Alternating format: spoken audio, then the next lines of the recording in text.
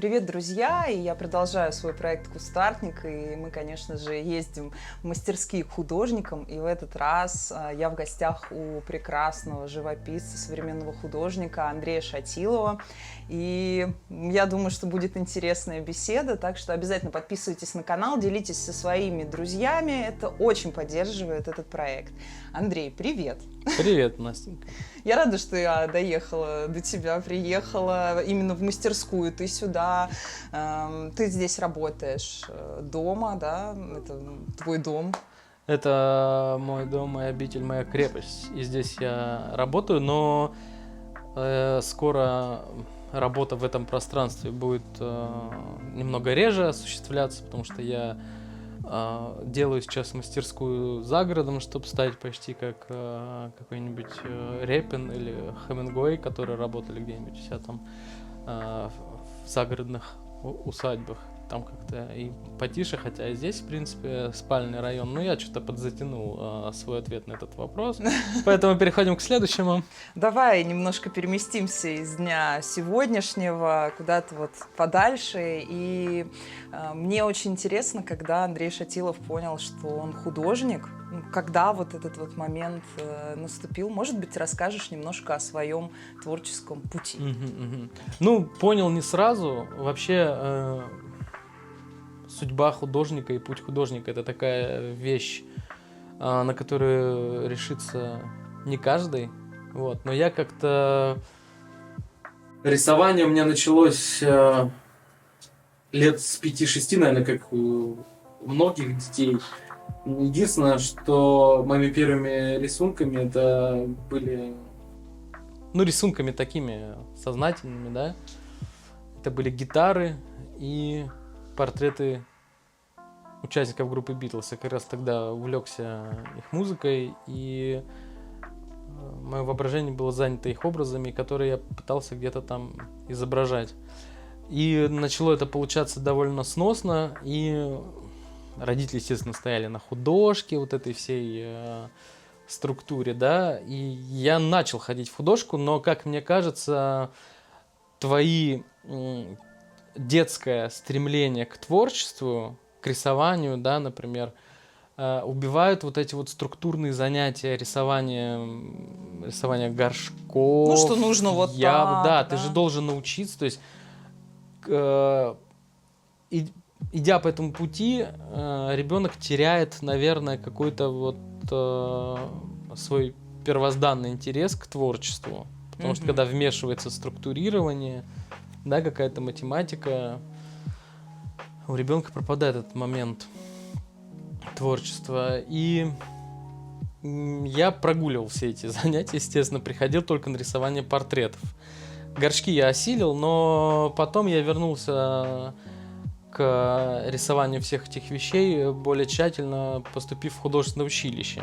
Это уже был сознательный возраст, там 14 лет мне было или 15, я не помню, с 9 класса я ушел из школы после 9 класса.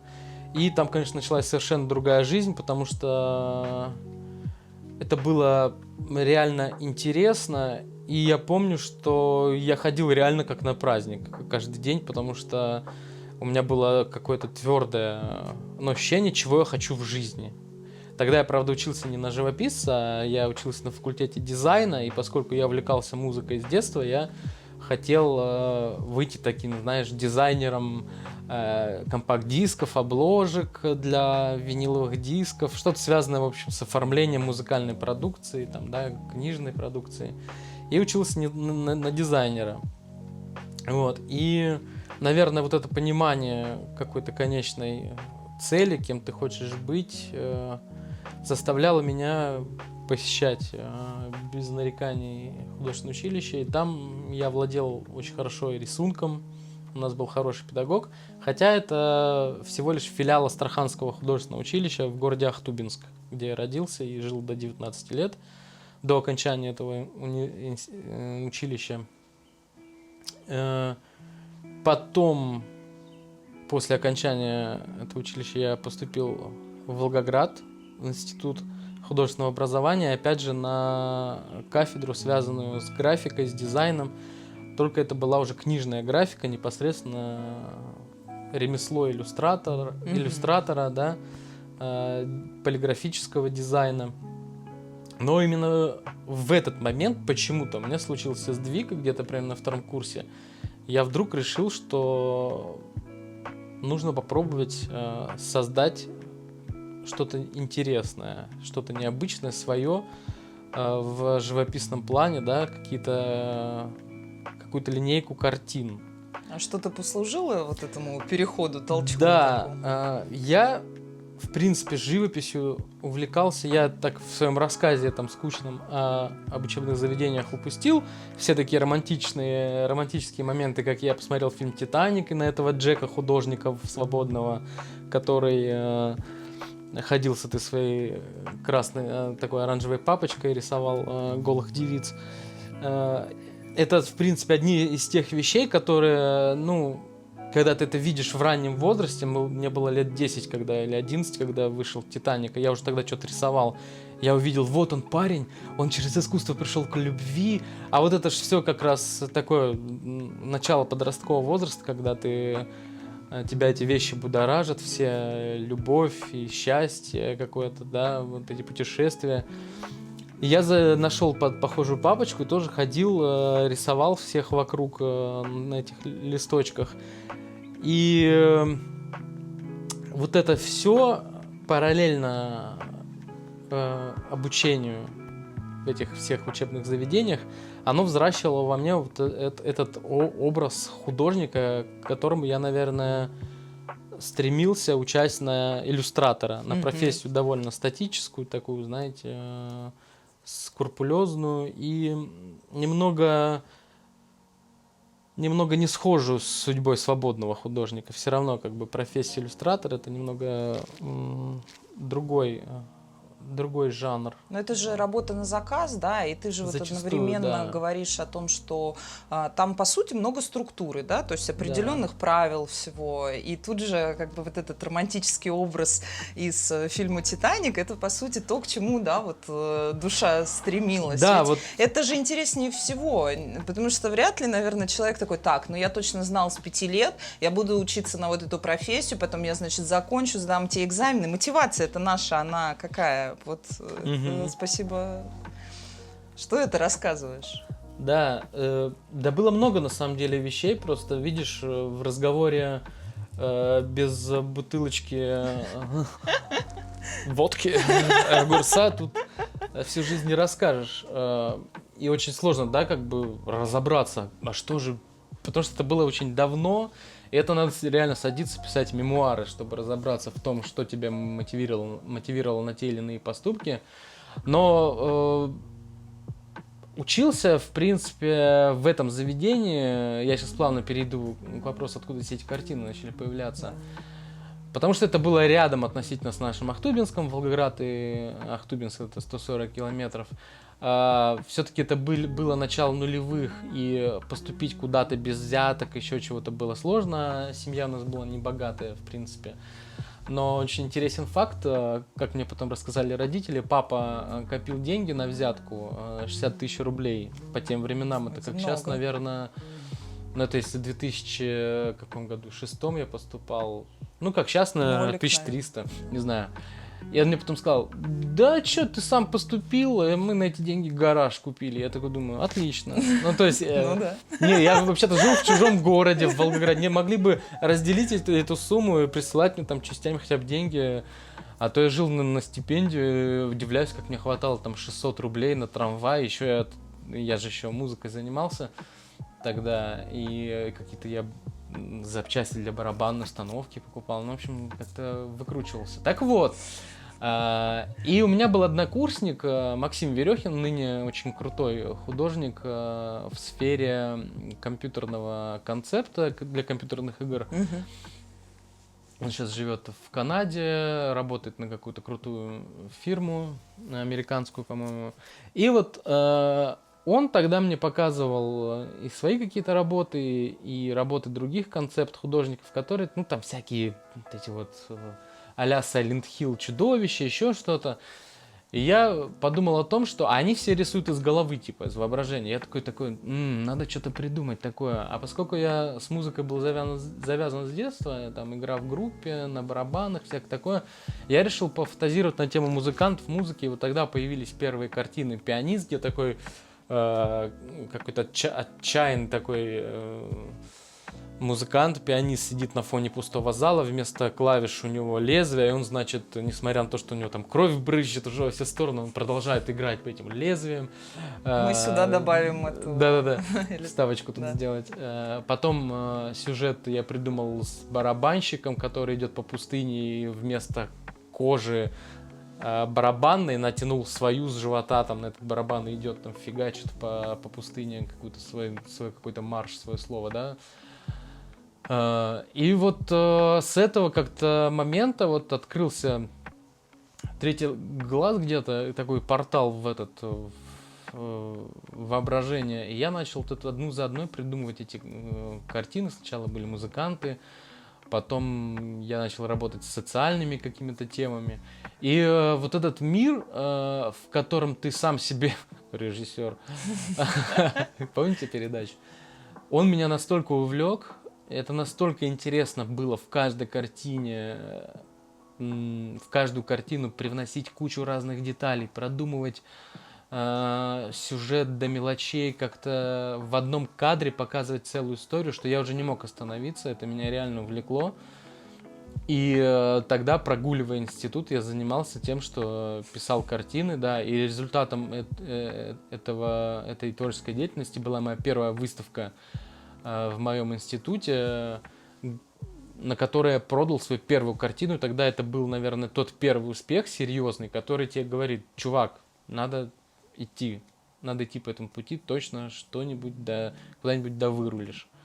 Вот, и, кстати, одной из вот этой первой картины был тот самый барабанщик. И вот мы с тобой разговаривали о продажах, да? Да. Я спросил у человека, а почему вы купили ее? Что, картина такая, как бы, интересненькая. Он говорит: а у меня 40 операций на животе было. Я такой, понятно, блин. Ну, то есть для него вот тот уникальный момент, когда сработал его ассоциации, то, что вот у него происходило, и то, что ты создал. Вообще хочется сразу чуть-чуть тебя перенести, ведь у тебя много работ, которые настолько символично, не знаю, совпадали с событиями, которые происходили потом или после. Расскажи, пожалуйста, об этом. А потом мы вот уже сейчас вернемся. Первое, что приходит в голову, та же пресловутая московская молитва. Много я выслушал недовольных комментариев по поводу того, что «А почему карта метро наклеена в тамбуре электрички?» Это еще те внимательные зрители, которые не называют московскую молитву там Мадонной метро или еще что-то, они знают, что это электричка, а многие думают, что это вообще в метро. Наверное, те люди, которые в метро никогда не ездили. Я, на самом деле, вот смотря на эту прекрасную работу, меньше всего анализировала, вот метро это или электричка, да. Для меня сам образ девушки, да, и вот этот нимб, и, не знаю, состояние, которое ты там передал, гораздо ценнее даже каких-то, деталей. Но это, мне кажется, знаешь, такие сыщики, я называю иногда синдром сыщика, когда хочется найти какую-то нестыковочку и присоединиться к работе. Внимательные зрители, но тоже спасибо, что они есть. И я всегда отвечал: господи, это авторский вымысел, это же картина, господи, блин. Но сейчас, в каком-то году, в том или в этом, у нас электрички теперь метро, МЦД, и вот, пожалуйста, чем вам не пророчество? Пророческая деталь такая. И это одна из таких картин, в которой реально получилось что-то такое предсказать. Понятно, что где-то, может, это и за уши притянуто, но сейчас можно еще вспомнить, не знаю, какие работы можно вспомнить. Кстати, вот московская молитва, да, интересно, там же весь этот образ, он создается за счет случайностей. То есть вот она случайно встала так на фоне карт, да, что она стала нимбом, да. вот эта МЦК, стала нимбом. Она как-то так случайно взяла, накрутила на палец провод, да, от наушников, что пальцы сложились в жест с иконы, да. У нее книжка, ну там, кстати, непонятно, что за книжка, вроде как, да, Евангелие там или Библия, ну, в общем, и вот весь этот образ, он за счет каких-то вот этих вот аллюзий превращается в что-то, в какой-то парафраз на икону. Но, кстати, вот здесь не оскорбляется никаких чувств верующих. Конечно. И даже если они захотят оскорбиться юридически, здесь, ну, как бы здесь... А что здесь? Ничего. Нет, там, мне кажется, настолько воздушная отсылка, которая, Ну, да. она Я вроде же говорю, бы и так, понятная. намеками. Да, Все... да. Вот ты очень тонко, мне кажется, жонглируешь в своих работах намеками как раз. И в этом, не знаю, какое-то удивительное мастерство обращать внимание на какие-то детали, на какие-то моменты и их вот запечатлевать. Как вообще у тебя происходит это? Потому что, мне кажется, все, кто видит твои работы, задаются этим вопросом, как вот у тебя так голова работает, что ты это вот можешь увидеть и, не знаю, собрать все вместе. Как вот этот процесс у тебя происходит? Да я не знаю, сложно его... Сложно волшебство разобрать по полочкам. Фиг его знает. Сам иногда удивляюсь, как все приходит. Вот одна из последних моих любимых картин, этот мастер-класс, картина, где Леонов делает этот волка. И вот этот сюжет, этот образ, идея сделать частью новой картины вот этот выхваченный кадр из прошлого, да, который уже у нас, ну, не у всех, но у тех, кто рос в 90-х, кто родился в Советском Союзе, в генетической памяти вот этот образ и страшный серый волк, да. Я просто ехал на машине куда-то, стоял в пробке, и пришел вот этот образ просто сделать его центром композиции, да, этого Леонова в маске волка. И чуть позже, не помню откуда, пришла идея дополнить, сделать как бы такую банду детей, стоящую за его спиной, которые бы... Но вот эта, кстати, идея пришла позже, потому что все равно как бы художник, он впитывает в себя настроение, происходящее в мире, в обществе. И та же тема СВО, которая сейчас, в принципе, она каждый день муссируется и по телевидению, и в интернете, и везде. Она, ну, эта вся информация не может не откладывать отпечаток. И вот мне пришла идея изобразить детей в масках тоже различных зверей, да, представить общество как такое, ну, массу все равно близкую к природе, как бы, потому что природа, агрессия, она достаточно близко нас ставит в этот природный мир. Да. И вот там эти детишки начинают изображать агрессию как бы борясь с неприятием этой агрессии. Один мальчик там прям как-то нехотя эти лапки выставляет вперед, да, другие там уже активно становятся в стойку боксера, а последние, которые уже сдвигаются, да, переходим мы в крайний правый ряд, они уже держат там, один из них пистолет в руках. Приходит сначала какой-то вот какая-то зацепка, наверное, зацепка, знакомая многим, там та же неваляшка, например. Это же очень... Да, переворот. Да, это же очень узнаваемый элемент, такой 25-й кадр, такая зацепочка популярная, да, что у нас у всех есть в голове. И вот вокруг этого предмета я уже начинаю выстраивать какую-то историю. Ну, вот жонглировать — это прям очень такое хорошее слово. Я начинаю жонглировать образами, какими-то символами, попытаться выстраивать какую-то историю вокруг этого всего. Причем такую максимально абстрактную. Абстрактность — это вообще, в принципе, такая очень удобная тема, потому что она позволяет зрителю додумать что-то свое всегда. То есть не вполне там конкретный сюжет, вот, знаешь, как там соцреализм, вот они строят там бам. А это реализм, то есть ты все видишь, все вот все настоящее, пыль чувствуешь, там, кожа, там, человек, да, там, не кривой. Но сюжет совершенно, может быть, и сюрреалистичный, и абстрактный, и абсурдный где-то. То есть я вот это все полюбил, и в этом, может быть, даже нашел какой-то свой стиль, свой почерк, который, на первый взгляд, может не кажется очевидным лично мне. Мне кажется, очень, очень он очевидно. заметен, да, Ну, потому хорошо. что, ну вот опять же, твоя последняя работа, да, последняя, да, с двумя детьми, которые один мальчик на Да. самолете летит, в таком игрушечном, True а Man другой, да, картина, True Man. в таком костюме Ядерного гриба. гриба. Да, и мы понимаем, про что эта история. То есть, скажем так, ты одновременно в этом сюжете отсылаешь, ну, к определенному опыту человеческому, да, к определенным символам, к определенным, ну, нашим уже знакомым событиям, но делаешь это тонко, что, да, есть понимание, про какое событие идет речь. Практически исторический жанр. Да, но при этом как будто бы ты еще сохраняешь такую какую-то надежду в этом, нежность. Вот как вообще ты это соединяешь, не знаю, это такой вопрос, который меня лично беспокоит.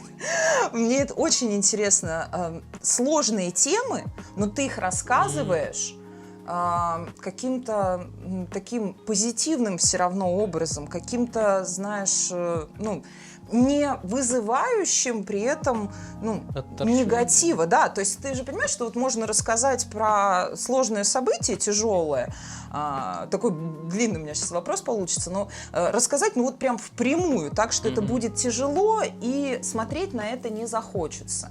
Или наоборот, абстракция стала появляться в направлении искусства тогда, когда о сложных событиях говорить, ну, как-то не хотелось впрямую, и появлялись абстрактные. А у тебя вот такое направление абстрактный, да, и сюрреализм, как ты его правильно называешь? Я не знаю, как его назвать, где-то в интернете я видел реалистичный сюрсимволизм, но это придумала еще девочка, которая вызвалась быть моим арт-агентом. Это было очень давно, и я ей потом сказал, ну что ты... И ты представляешь, что это сюрсимволизм, он кочует из статьи в статью, из упоминания в упоминание, и от этого нельзя отделаться. Не знаю, как бы я назвал концептуализм или русский сюр. Не знаю, как это направление назвать. Явно, что в этом есть что-то свое. И как получается балансировать? Да не знаю, мне кажется, просто... ощущение вот этого стиля, но в этом человек себя выдает все равно в творчестве, вот эта корректность и стремление к красоте все равно. Но вот та картина, о которой зашла речь, она довольно сложна для меня сейчас, то есть я ее сделал, но я не до конца даже могу сказать, что в ней происходит, ну, о чем это. То есть понятно, что там есть отсылка на Хиросиму, Нагасаки. Я знаю одно, что я в этой картине выразил свое негодование по поводу того, что определенным странам, в данном случае там это Штаты, им все сходит с рук, любые действия, любая агрессия, там, ну, это просто скидывание на мирное население ядерного оружия, причем в качестве просто демонстрации своей силы. Я считаю, что это просто, ну, ниже опуститься уже некуда, это прям вверх цинизма и, не знаю, ну, это ужасная трагедия. Всемирного зла просто. И хуже нечего сделать. Ну, то есть, вот прям реально, на мой взгляд. И вот в этой картине я выражал вот это свое негодование. Почему это получилось такое, да, отличное от картины Пикассо, например. Герник. Да, Герники такой приятной картинкой на первый взгляд, хотя мальчик в костюме ядерного гриба, там японец, да, он с настолько опустошенным лицом стоит на этой сцене, и, как мне кажется, образ достаточно униженного человека, то есть он, как мне кажется, там вот эта огромная шляпа, да, гриба, которая, там, не знаю, вдавливает в плечи его голову, мне кажется, вот в этом образе как раз я и выражал как бы и свое негодование, и, может быть, боль тех японцев, которые пострадали от этого. Хотя комментарии в интернете появились, что да там и японцы. Но это, естественно, проамериканские граждане, живущие в Штатах. Они там начинают писать, что там японцы тоже, они там такое творили, там, не знаю, хуже фашистов, там, и с китайцами, и с кем-то, с другими народами во время ты же понимаешь, Второй мировой. что любые комментарии, да, Да, в понятно, интернете, да, что... они всегда будут, ну как, с двух сторон, да, каждую любую ситуацию можно, какая бы она ни была, даже если мы вспомним войну понятно, что все 45-го плохие. года, да, Да. то есть можно там, и читая какие-то вещи, ты понимаешь, что вроде бы очевидную правду, условную, да, то есть ее можно повернуть, настолько развернуть таким образом, что это будет вообще что-то другое. Но ты, по сути, через свои работы задаешь этот вопрос зрителю, как мне кажется, да? То есть не ставя однозначный, ответ, выражая чувства, ты задаешь зрителю вопрос, а что чувствуете вы по этому поводу? А какие мысли у вас? Поэтому, да, наверное, отчасти ответы иногда, может быть, да, не совпадают с твоим мнением. Как ты к этому относишься? Я, в принципе, уже ко всему привык, потому что я занимаюсь этим всем не первый год, и как бы мне это вообще все не важно. Я, в принципе, мне важна обратная связь, конечно, все равно ты, написав, сказав какое-то слово в картине, ты все равно все-таки ждешь какой-то реакции, потому что, разговаривать самому с собой это не всегда интересно и т.д. и т.п. Поэтому всегда интересна реакция публики, и я вполне отдаю себе отчет, что, в принципе, вся эта история — это не то, чем болит голова у среднестатистического зрителя картин, да, или вообще там пользователя в интернете. Я понимаю, что это узкая тема какая-то, я не ждал там какой-то особого хайпа, там еще чего-то. Но мне очень хотелось сделать эту вещь, и я рад, что я сделал, и я получил удовольствие от того, что я прошел все этапы от задумки, от того шага, когда ты видишь картину у себя в голове, до воплощения этой картины на холсте. И то есть, как бы, это один из пройденных таких этапов. Сейчас на подходе... Сейчас на очереди другие какие-то сюжеты, которые я буду также проживать и получать от этого огромное удовольствие. Поэтому для меня главное, в принципе, что картина получилась. Для меня, что она понравилась, там, может, кому-то 100-200 человек. Я думаю, больше, конечно. Я думаю, это самое главное. Мне бы хотелось, конечно, чтобы подобные картины занимали места в музеях там, или еще где-то, но это уже другая история, как все время кажется, что собака моя сидит. Знаешь, с боковым зрением, как будто она сидит на задних лапах, это ее башка, знаешь, белая тоже. У меня белая собака, мы потом покажем ее в кадре. Да. Поэтому хочется, конечно, чтобы картины были представлены более широкой публике, да, в качестве экспонатов где-нибудь в музее, но, опять же, я не знаю... твои картины представлены в Эр-Арте, насколько я знаю. Одна картина сейчас находится в частной коллекции Эр-Арте, но, опять же, это же амбиции, они тоже... Мне кажется, что творческие амбиции музея — это вообще очень важно, потому что на самом деле твои работы, опять же, я тебе такие фидбэки даю от себя, да, они как раз очерчивают исторический срез определенный, событийный. Понятно, что ту работу, про которую мы проговорили, она больше про историю, которая уже была, но у тебя же много работ как раз тех, которые рассказывают о текущих событиях, которые, да, И ты там тоже очень, все равно ты где-то так очень лавируешь.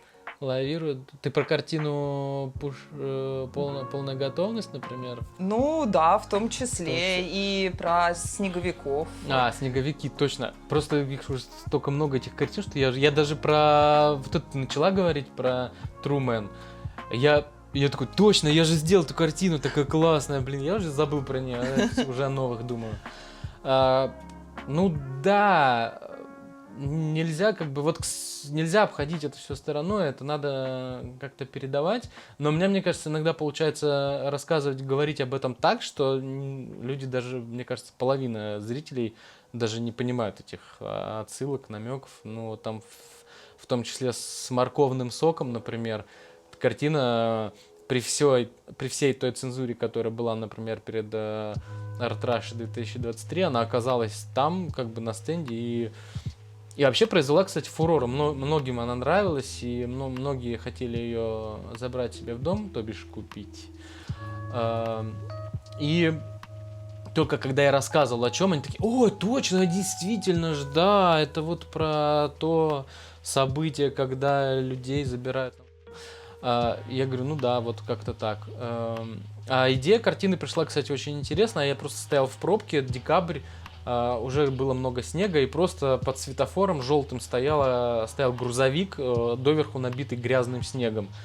И я такой просто сижу, и озарение, блин, там должны быть снеговики, короче. И все. И я приехал на пьянку, гулянку, как раз день рождения был у друга, и всем начал рассказывать эту идею. Ребята, я придумал. Они такие, да, класс. Ну, им-то пофигу, а мне нет. И я заморочился, реально налепил этих снеговичков, сделал такой, типа, кузов, все это расставил, как мне надо, там направил свет, сделал несколько фотографий, ну, чтобы потом было удобнее работать, натуралистично. Но все равно не получилось, пришлось потом, снег это же сложная текстура воды, она как лед, она где-то блестит, отражает, а тем более мне нужен был подтаявший снег, очень сложно было писать, поэтому мне вот эти вот все мои заморочки с натурой, с этими снеговиками ничего не дали, пришлось потом много где-то подсматривать, это я уже начал в другом рассказывать, про технические моменты разговорился.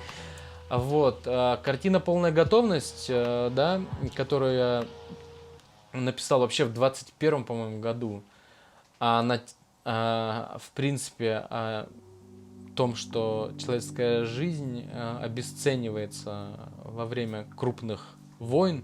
В данном случае это вообще картина была про Афган, потому что тема достаточно непопулярная у нас в обществе, как-то она ее особо не муссирует, не культивирует. Там понятно, что вот Великая Отечественная, это вот, да, было как бы это, ну, просто Афган немного такая тема щекотливая, не очень популярная, потому что она, ну, отличается, да, понятно, что это другой конфликт, другая история, нежели чем Великая Отечественная.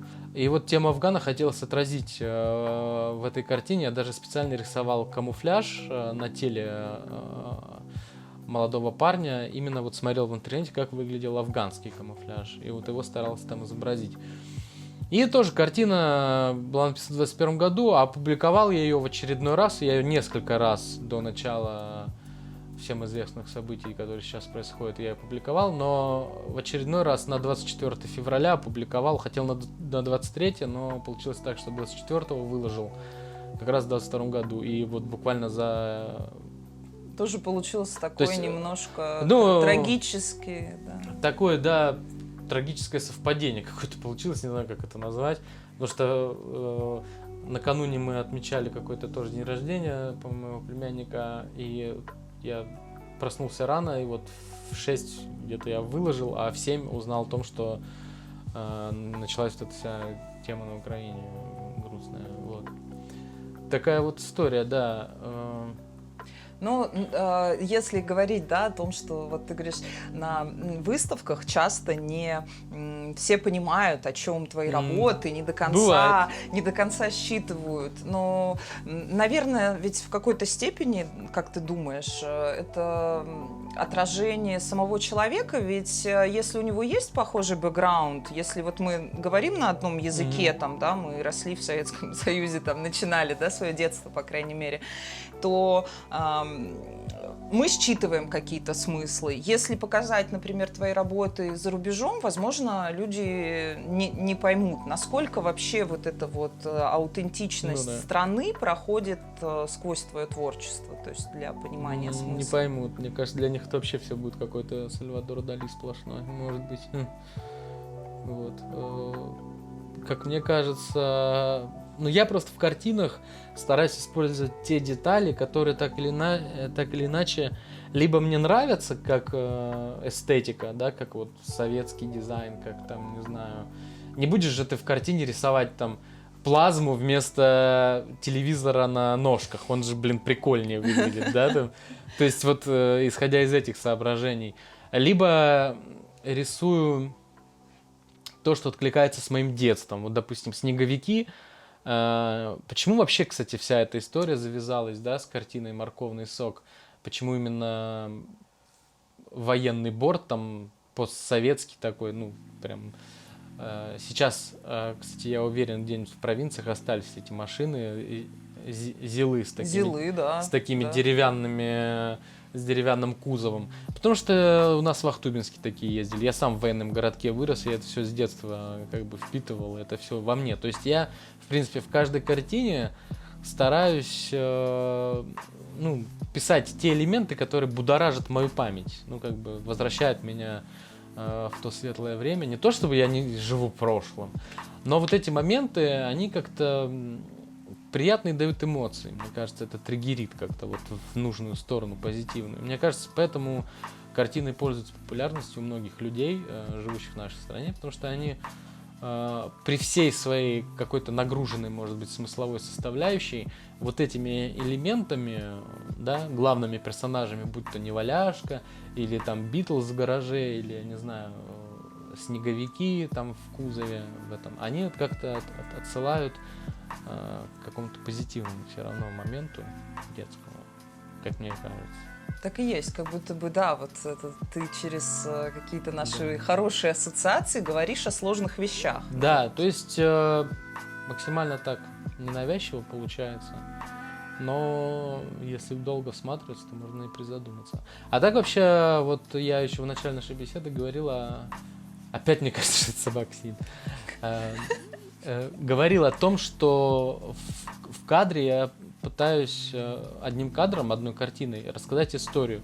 И вот если же посмотреть, например, о картине «Морковный сок», например, или на картину «Трумен», да, где Хиросима, там же можно целую короткометражку снять. Вот, допустим, ты представляешь вот, «Морковный сок», например, да, эти снеговики. Можно же снять, как, допустим, эта машина пустая, выезжает откуда-то, да? Кто-то ее отправляют за этими снеговиками. И вот стоит один снеговик, например, с ним дети вот так играют. Стоит в другом дворе, там, в более богатом, например, другой снеговик, там, более пафосно одетый, с ним вот так играют дети. И вот это все можно снять целый фильмец, какой-нибудь или мультик. И вот в каждый из этих дворов заезжает вот эта машина, и там мужики выходят и загребают этого снеговика, ставят одного, другого, да. И потом вот уже кадр, они собрали всю машину, они везут ее, допустим, по вот этой вечерней улице, день закончился, все, они собрали эту машину, и вот они везут этих снеговиков, и они там, например, даже на кочке, там можно сделать такой кадр, там типа голова подскакивает, да, вверх, и падает там, допустим, мимо туловища куда-нибудь. Ну, то есть можно прям поиграть с этим всем. Это уже как эскиз, как сценарий целой короткометражки. И таких картин достаточно много. У меня вот, например, одна из ранних «Рождественские подарки». Там, значит, такой бомж сидит в костюме Деда Мороза, самопального такого. Ну, где-то там нашел колпак, какую-то бороду там грязную подобрал, там прилепил. И вот он сидит за мусорным баком, и как бы что из бака вытащил, складывает в такой красный мешок для подарков, типа своим друзьям тоже малоимущим, ну или там бездомным, да. И вот как показать, что он именно из этого бака это вытащил? Оно же лежит, ну, на земле, непонятно, ну, как бы, да, может, из другого бака или еще что-то. Фантазия да, там, значит, снег лежит по контуру бака, выпавший, и там следы от рук остались, то есть растаявшие. Там нет снега, где он держался руками за этот бак, не лазил. То есть вот эти вот моменты, они как бы выстраивают вот эту цепочку То есть, по сути, вот сейчас очень интересно, ты продумываешь, когда ты пишешь картину, ты собираешь ее из элементов, как будто бы ты прописываешь кино. То есть, вот ты же сейчас сказал, да, что ты анализируешь, как зритель должен понять, что он именно из этого бака достал, значит, ага, что я могу здесь сделать? Могу поставить, да, что вот были следы. То есть, по сути, ты создаешь кино и какой-то акт действия, который потом собираешь в картину, правильно? Да, типа того. Ну, то есть я говорю, вот по этой картине можно было бы короткометражку снять. Сюжет, вот самое главное, найти историю. Что за персонаж, как он там оказался, ну, то есть, что он делает. И там еще так интересно, я помню, вот это одна из ранних работ, «Рождественские подарки», еще название такое вот. То есть, да, ты слышишь «Рождественские подарки», название картины, ты ждешь увидеть что-нибудь такое ми-ми-ми, такое, знаешь, там уют. А здесь вот прям как по Цою, который поет там, как же у него, «Закрой за мной дверь, я ухожу», там текст. Ну, потом вставку можно сделать. И вот здесь этот уют, он как бы, или память об этом уюте, вот у него в голове, и вот он, да, с вниманием своим друзьям вот что-то там собирает этот мешок. А я помню, что я там еще специально изображал предметы культуры.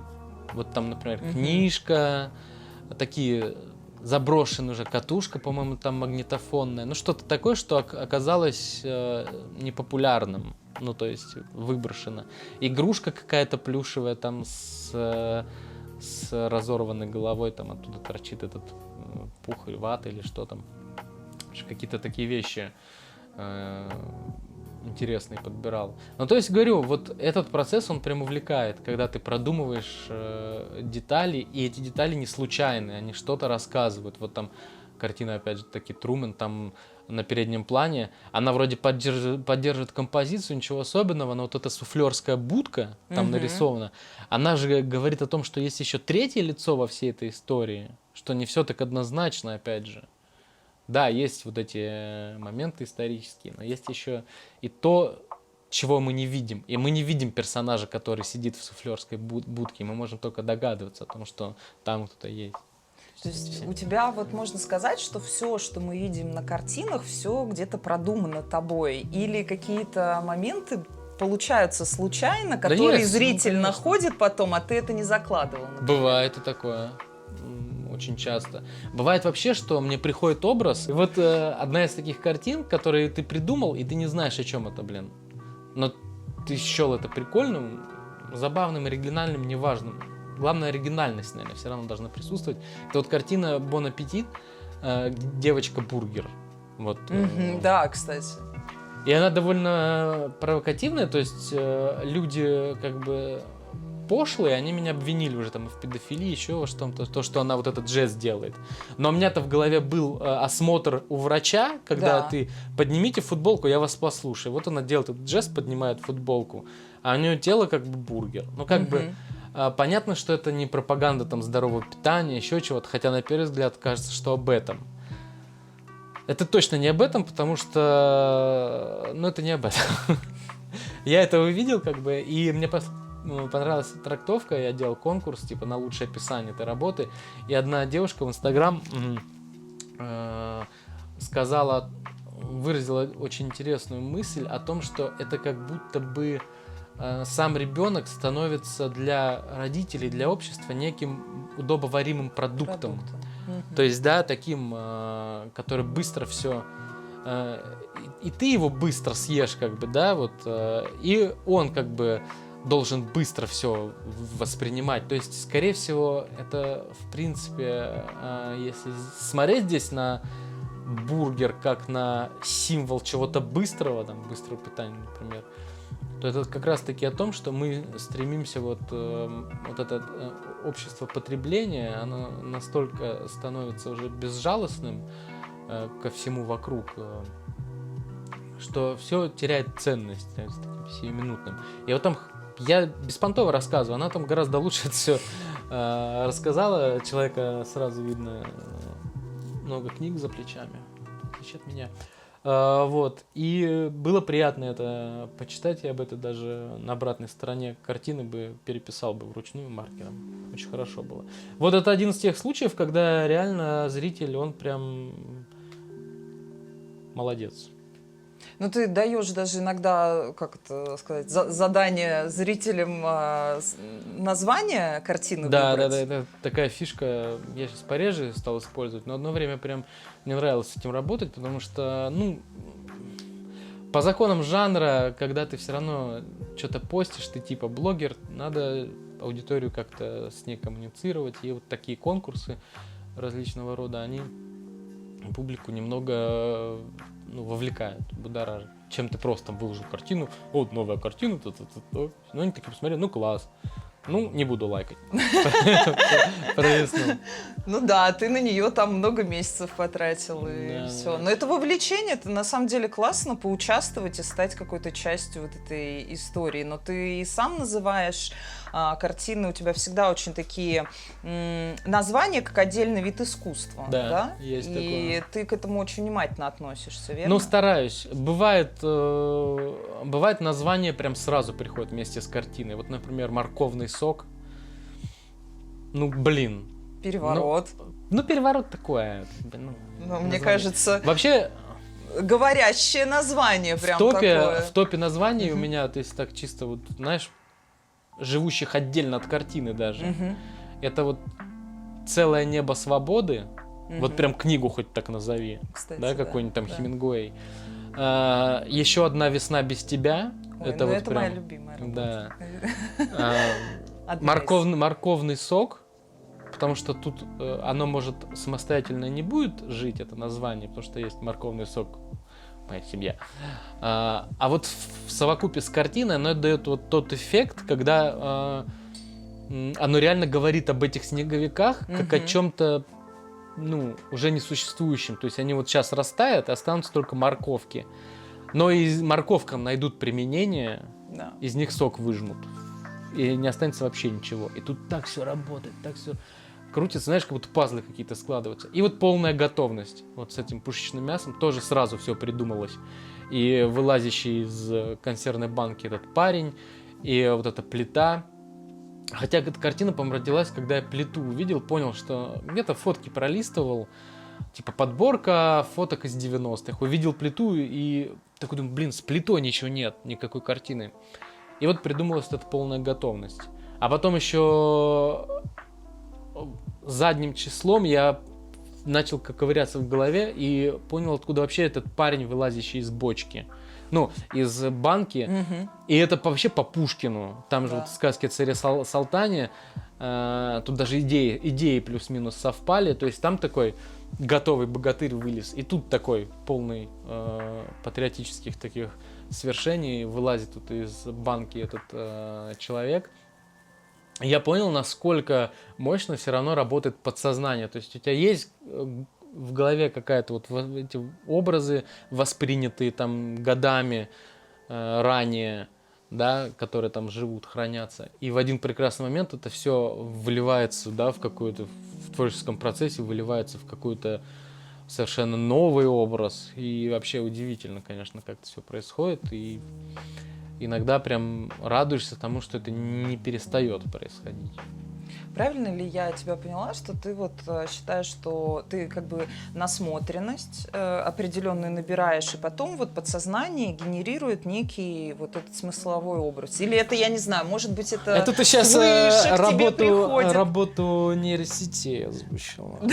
Или, Все или- свыше. ну, или, да, или, я не Нет. знаю, мы к какому-то каналу подключаемся, общему творческому, где мы это слышим. Где идеи? Андрей, скажи, где идеи? Скажи, где брать? Да не знаю, честно говоря. Но мне кажется, вот плюс-минус, может, вот как ты озвучила, как и работают нейросети, то есть реально что-то в башке вот есть, и оно там как-то генерируется. Это же тоже нейросвязи, или как сейчас модно, вот это нейропсихологи все вот эти появились. Не знаю, честно говоря. Как-то иногда просто видишь фотографии какие-то, могут тебя вдохновить на создание чего-то своего. Там где-то спер, там подсмотрел, там что-то скомбинировал, вот тебе картина получилась. Может, все гораздо проще, конечно, но бывают прям, да, бывают озарения. Я вот даже могу, вот я уже говорил про полную готовность, вот ты сразу, тебе приходит этот образ, название, и все, картина готова. Это, не знаю, как-то уже получилось это, с этим работать. Вот. Может, когда-нибудь это закончится. Ну, и опять же, никто не сказал, что это реально круто. Может, тем 2-3 тысячам людей, которым это понравится, это вообще ничего не значит. Может, это все фигня, вкусовщина и вообще... Ну, в первую очередь, мне кажется, ты же это из себя рисуешь, или ты для зрителя рисуешь, или потому что... Новый вопрос вот... вырос у нас, да? Да, как вот, что для тебя здесь? Да нет, а зачем для зрителя рисовать? Можно, конечно, это все равно в любом случае не делается только для себя. Но катализатор — это все равно потребность выразить свои эмоции через это. Вот... И материализовать, опять же, потому что, ну, идея картины приходит, есть, кстати, такие моменты, когда тебе нравится просто жить с этой идеей в голове. Интересно. Да, ты просто живешь, ты глазки закрыл, такой, да, классная, какая красивая картина, офигенная, круче, чем у Репина, да. Но и сейчас у меня в голове есть одна такая идея, которую я никак не начну делать, потому что я боюсь, что я... на выходе, в материале, на холсте, это не получится так круто, как у меня в голове сидит. То есть есть такое. Есть вообще такие идеи, когда ты понимаешь, что, блин, вот да, круто, но композиционно я это не сделаю. Ну, то есть я не выстрою это так, чтобы за счет предметов, там, да, композиции передать те эмоции, которые я испытываю от взгляда на эту вещь у себя внутри головы. То есть это вообще такие процессы, конечно, очень сложные. То есть бывают нереализованные идеи, да, есть, которые... да, которые, ну, ты просто понимаешь, что, это не будет смотреться визуально. Ну, вот, как, допустим, пример. Вот у меня была идея одной картины, типа, пробка из автомобилей советской эпохи, ну, типа, такие ретро-автомобили, кучу там сделать и изобразить и Запорожец, и Москвич-412, и Жигули, все те машины, на которых ездил мой папа, например, и которые нравились мне в детстве. Но я же понимаю, что выстраивая, например, эту пробку, одна машина перекроет другую, третью, у меня, по факту, я там смогу полностью нарисовать там 2-3. Да. 2-3, потому что с остальным уже все будет видно только крыши. Вот. Один момент. Потом в этом сюжете у меня фигурирует, что вот в этой пробке протискивается сквозь ряд этих машин мальчик в костюме, опять у нас костюм, но это вообще у меня в последнее время, эта тема переодеваний и всяких костюмов, она начала преобладать, аниматорская, в костюме пломбира. И вот, типа, какой-нибудь такой жаркий, может, день показать, и вот он в костюме советского именно пломбира, какого-то такого классического, идет, у него руки торчат из костюма, и тут пломбир, и он тает, у него все стекает, он пытается его продать этим водителям этих автомобилей. И потом я думаю, слушай, а может не пломбир, а молоко в пирамидке? В костюме молотка в пирамидке, этот треугольник, который вообще не пролезет, там, понимаешь, у него там углы будут эти заминаться, это еще комичнее ситуация. И вот я все это представил, думаю, молоко в пирамидке, какое оно было классное.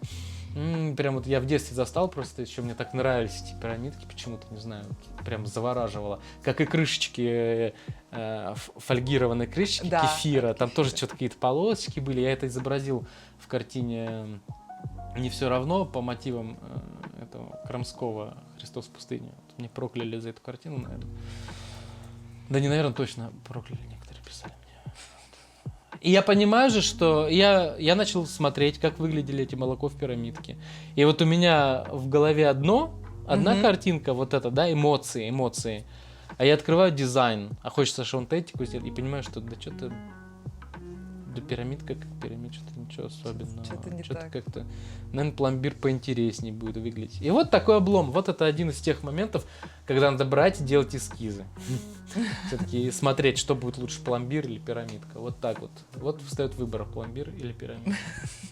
Ну, это, знаешь, серьезный выбор художника. Да, и ты решаешь вот в таких случаях эту идею отложить, может быть, там родится что-то третье, или, может быть, как вот вообще ты с такими поступаешь? Или пока вот не придумал какое-то решение более элегантное, ты ее тоже пока замораживаешь? Или вообще никогда не возвращаешься больше? Да я буду ее делать. Мгм. То есть я по-любому ее сделаю, потому что, мне кажется, в моей коллекции не хватает каких-то таких работ с какой-то безыдейностью, что ли. Здесь будет, конечно, какая-то такая, да, жизнь маленького человека в большом городе, опять вот это все. Но будет хотя бы такая вот, не знаю, масштаб хочу сделать, чтобы прям много машин, знаешь, какую-то тут передать температуру воздуха, там, воздушную перспективу. Ну, короче, с деталями. Хочется пописать, вот прям поработать. И чтобы и сделать прям большую, может, триптих, там, эту прям огромную пробку, вот эти автомобили, чтобы прям люди подходили и вау. Вообще, кстати, вот ты спрашиваешь о том, там, для зрителя, не для зрителя пишется все. Все равно вот хочется вызвать у зрителя все равно вау-эффект вот этот. Вот. Но и себя, тут двояко идет. Тут как бы и для зрителя, и в то же время для себя, потому что хочется себя показать максимально, вот на что ты способен. И себе бросить вызов. Ага, ты сможешь вот, например, там, не 2 людей нарисовать в картине, как ты обычно делаешь, а там 20. Или там не 2 машины нарисовать, а пробку, чтобы это все красиво и в перспективе. Это же тоже вызов и себе, и... То есть ты себе сложные задачи ставишь? Вот, Ну, стараюсь, скажем. да, ну, а иначе никак. Хотя иногда понимаешь, что да тут можно было бы и схалтурить, в принципе, можно было бы и не прописывать, потому что там все равно это задний план, тра-та-та-та-та. И смотришь вообще других мастеров, современных авторов, такой, да он там вообще не заморачивается. Есть вот один известный художник, у которого, я имен называть не буду, у которого там самолеты, девушки в трусах, всякое такое. Вот смотришь, ну блин, ну 1-2 дня. И такой думаешь, блин, может и самому тоже, ну, уйти от вот этого вот задротства, простите, а прийти к такому размашистому стилю, оно как бы и быстрее будет, и галереи такое любят, как бы вот, которые раскручивают художников. Они любят с такими работать авторами. Ну, я в этом, конечно, не особо нуждаюсь уже. Ну ты же, ну ты делаешь свой выбор вот осознанно. Здесь же опять же, да, возвращаясь к тому, что у каждого свой путь, Да, конечно, и именно нет, в этом, равно, да, твоя делаешь, стилистика. как тебе хочется. Да. То есть мне нравится писать, я люблю детали, вот это все. Что там, ну, размашисто, оно тоже все равно вот, понимаешь, что и тебе нравится, и зрителю всегда интереснее подойти, что-то там, смотрите, а тут вот что-то есть. Конечно, я не Брейгель там, да, не Босх, там у меня не будет там тоже какой-то, знаешь, миниатюризации. Но, вот, допустим, в портрете горшка я писал, там есть, например, вот такой вот портретик с детской фотографией срисовал, там заложено в трильяжное стекло. Тоже такие моментики. И самому хотелось, потому что я помню, как у бабушки с дедушкой тоже какие-то наши фотографии были воткнуты. Да. Это ж фишечка, и как бы и деталька какая-то, и зрителю приятно, он тоже такой, смотрите, вау, как круто. Ну, то есть, определенно есть плюс у детализаций такого стиля. Хочется немножко сразу еще о технической стороне этого поговорить, потому что твои работы, вот, они реалистичные. То есть вот ты смотришь, это прям реализм, вот как ты чувствуешь, ты пощупать можешь, ты из-за зеркальца можешь достать эту фотографию практически. Ну, почти. Да, но как обычно ты это делаешь постановки или какие-то части зарисовываешь отдельно, снимаешь, или прям все вот у тебя уже так рождается? Да не, двигаю в фотошопе. В фотошопе часто там очень удобно подвигать. Например, вот в случае с портретом Михаила Горшенева, да, из «Короля Шута», с этим трильяжем, чтобы понять, как падает отражение. Кстати, сейчас начал про эту картину, очень интересные такие факты вспомнились. Картина давно придумалась. Я сериал посмотрел, и что-то как-то сериал мне не понравился. Я увлекся вообще, в принципе, их ранним творчеством. Начал там пластинки покупать, послушал, вообще так как-то втянулся. И пришла вот эта идея с трильяжем, я уже не помню как. Вот это зеркало, да, тройное. И я бродил с этой идеей в голове, бродил. Потом думаю, надо на Авито искать. Ну, думаю, найду кого-нибудь на Авито, приеду, там, сфоткаю и уеду. Ну, типа, что-то одно нашел, куда-то далеко ехать. Потом в Инстаграме начал спрашивать, у кого есть. В общем, мусолил, так ничего не нашел. История отложилась. Приезжаю, короче, сейчас постараюсь быстро рассказывать, как этот ускоритель на WhatsApp, знаешь, такой двойку сразу включу. X2. Да, чтобы никто не уснул, тот, кто будет сейчас смотреть это все. Приезжаю в отпуск, в общем, в Волжский, в свой родной город, ну и, короче, начинаю тоже опять думать об этом зеркале. И момент, к родственнику прихожу, он в школе работает этим учителем по трудам, и что-то придем с ним по коридору, он что-то просил посмотреть, там помочь. Смотрю, трильяж стоит. Я такой, знак. По-любому надо картину делать. Ну, блин, это вот прям как в фильмах, тебе прям вот случайно. Ты не искал уже, забыл, да? Тебе раз, короче. Я такой, да нет, что-то сейчас замашь, неудобно как бы просить. А мне дядька, он такой серьезный, типа, просить его встать у зеркала. А мне надо было посмотреть, как отражения падают. Ну, чтобы потом найти фотки Горшенева и вставить их так, чтобы правильно все было. Что-то постеснялся выпросить, все, ушел. Все, потом звоню ему, думаю, надо все-таки договориться, прийти сфоткать. А он такой что-то, ой, да там школа закрыта, а мне уезжать. Через 2 дня все, не попаду в школу. Я думаю, вот облом, блин, была возможность, все теперь. Вот, а это муж моей тети, очень интересная подробность, но это как бы, я звоню тете, она мне звонит, типа, в гости приходи, ну, перед отъездом, надо что-то там прийти поможешь. Тоже всем помогаю, вот, родне стараюсь. Вот, приехал к ней в гости, все, они купили квартиру на этаж ниже, там бабка жила какая-то. Вот, и она говорит, пойдем, поможешь мне там полить цветы или что-то такое. Мы спускаемся, я захожу в эту квартиру, стоит трильяж. Я говорю, тетя Вера, ну, придется вам вставать. Поставил, это смешно, мне... Вставим потом этот исходник, у меня остался сюда, в этом видео. Да, вот она встала, она такая же женщина в возрасте, сгорбившаяся. Ну, я сделал снимок, все. Я такой думаю, блин, ну вот, да, как судьба просто. Да, и специально не найдешь, ну просто. И что самое интересное, все, написал уже картину, или в процессе картины, в процессе написания я списался с одной девушкой, которая... паблик держит в Инстаграме, популярный, посвященный королю Шуту. И что-то мы с ней начали общаться по поводу картины. Говорит, ой, какая классная картина. А мне было интересно узнать, ну, мнение, как бы, людей, которые... Я не такой фанат. Как бы я чисто так хайпануть хотел. Вот. Шучу. Никому не расскажешь. Да. Вот. А ей очень понравилось. Она говорит, а вот посмотрите, видео такое есть неформально. Они там где-то прибухивают на какой-то, короче, хате. А это, я включил видео, оказалось вообще не хата, какой-то непонятный подвал где-то. Ну, прям какая-то такая атмосферка, прям как из моей юности рок-н-ролльной. Вот. Там что-то все сидят, бухают. Ну, никак ты не ожидаешь там увидеть трильяж. Вот оно. Да, вот этот долгие анекдоты есть, где потом все обламывается в конце. И вот это все, ты понимаешь, это трильяж, это все вот как, знаешь, как ты понимаешь, что ты, сука, в матрице в какой-то живешь. Реально. И вот с чего бы там какой-то подвал стоял тут трильяж. Ну, понятное дело, что они там были там в каждой третьей советской квартире. Но так, чтобы это все в формате одной истории фигурировало, вот так навязчиво, знаешь. Не знаю. Ну, может, конечно, это все красивые истории, но они настолько красивые, что... Не знаю, мне кажется, вот ты настолько умеешь наблюдать, опять же, наблюдать и все это. Может быть, возможно, кто-то бы и не заметил какие-то моменты совпадений, но именно в этом и есть вот это вот, не знаю, какая-то уникальная возможность это все собирать вместе. Ну, то есть, знаешь, мы ходим по одним и тем же часто местам. Но кто-то умеет на это обратить внимание, а кто-то, возможно, а кто-то нет. думает о другом, о своем, о чем-то, знаешь, там, более отвлеченном и от жизни, от всего.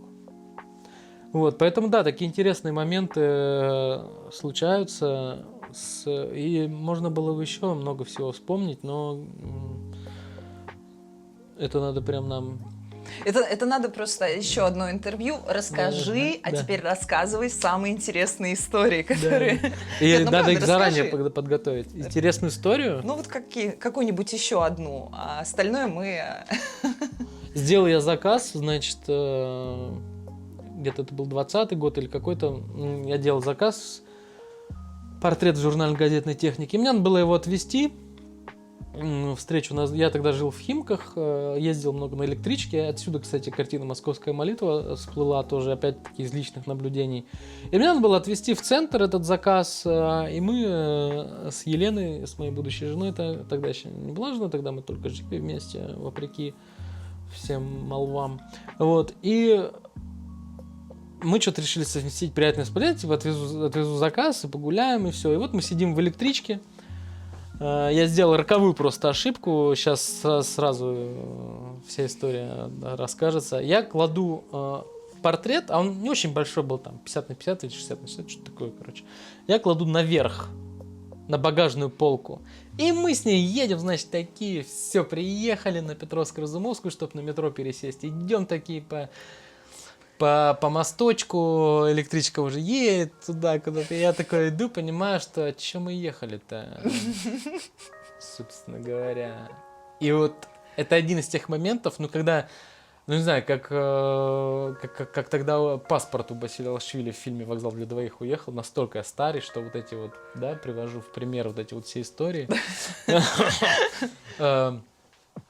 И все, я понимаю, что все, жопа, задница. То есть просто, мне уже и заплатили, и, то есть я вдогонку за этой электричкой на следующий попутно обзваниваю какие-то, Лена там тоже что-то кого-то обзванивает, каких-то этих, там же ходят все равно эти, как их, охрана. Что-то порешали, дозвонились, в итоге, нашел я этот заказ, но клиент меня ждал, наверное, часа 2, пока я туда доеду, до Ленинградского вокзала, обратно вернусь. Пришлось вернуться в итоге обратно в Клин, или откуда они там уезжали, в сторону Твери. В общем, это просто такое счастье было, что я нашел этот заказ, потому что, это, считай, что иголку в стогу сена искать. Понятное дело, что это не какая-то такая вещь, которую кто-то бы мог взять и вынести. Всяких людей хватает, может, и вынесли бы. Там дырку на стене закрою. Да, то есть у меня часть картин не возвращалась с выставок. У тебя красивые пейзажи, это чья-то мордочка, знаешь, кого нужна. Поэтому вот одна из таких историй, что сразу вспомнилось, касаемо искусства, да, этой творческой деятельности. А так жизнь преподносит разные сюрпризы. Но в целом могу сказать, что мне довольно скучная, размеренная жизнь. И слава богу. Сижу что-то дома. Ты сказал, что ты эта работа была на заказ. Вообще ты на заказ пишешь много? Как вообще это происходит? Может быть, тоже какие-то интересные моменты с работой на заказ ты расскажешь?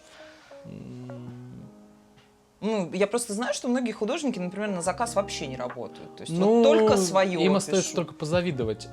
Я, в принципе, и сам тоже сейчас достаточно редко работаю на заказ. И могу сказать, что мне повезло, я сейчас вышел на такой уровень, что у меня либо сразу принимают без всяких правок работу, либо вообще говорят, что делайте вот как вам хочется. Либо я делаю на заказ какой-то там мерч с пририсовкой или копии своих же работ, кому это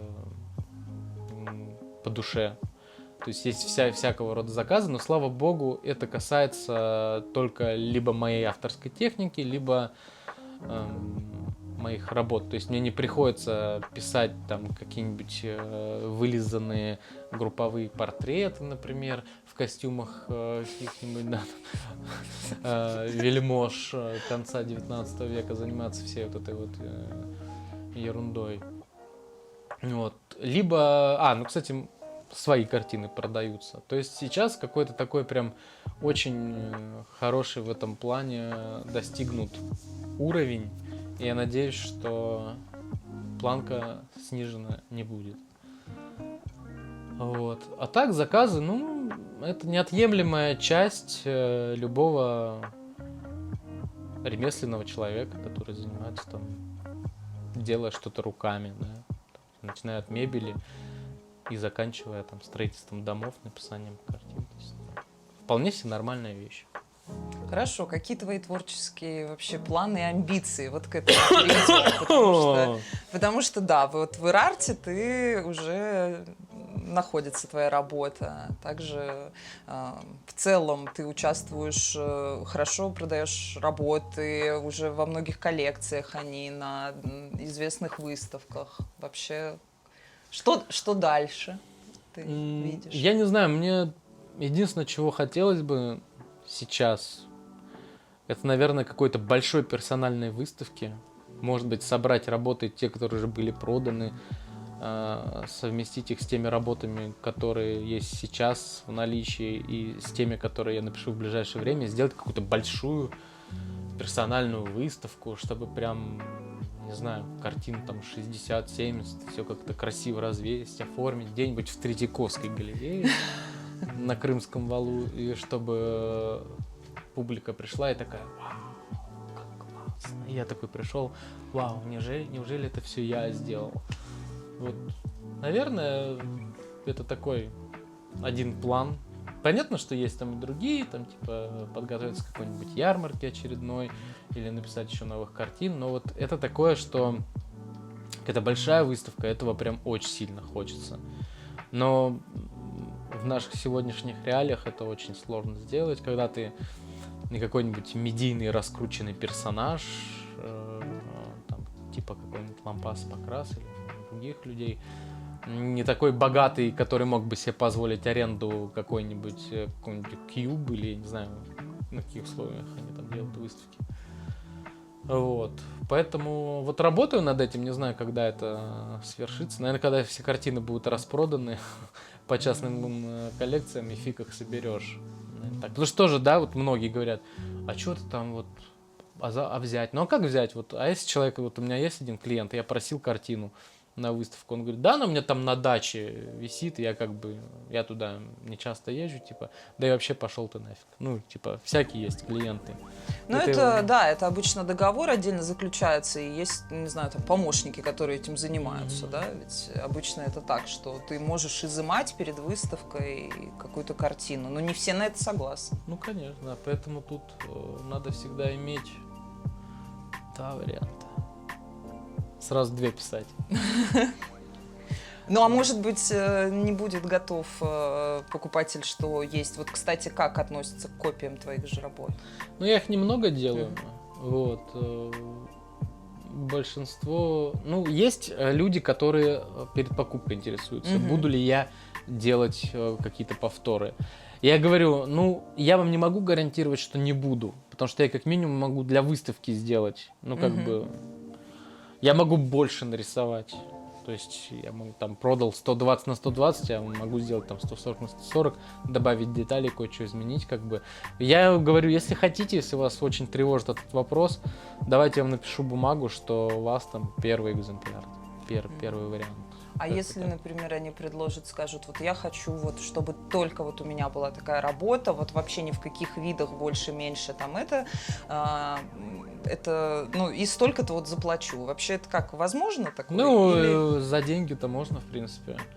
Ну, то есть как выкуплю права, ну, то есть выкуплю, ну, вот, понятно, что остается за тобой право авторства всегда, но имеется в виду, что вот конкретное изображение не транслируется там еще каким-то образом. Ну, или пока такого прецедентов не было, но все обсуждаем, и я человек в этом плане, да, довольно гибкий, поэтому все можно обсудить.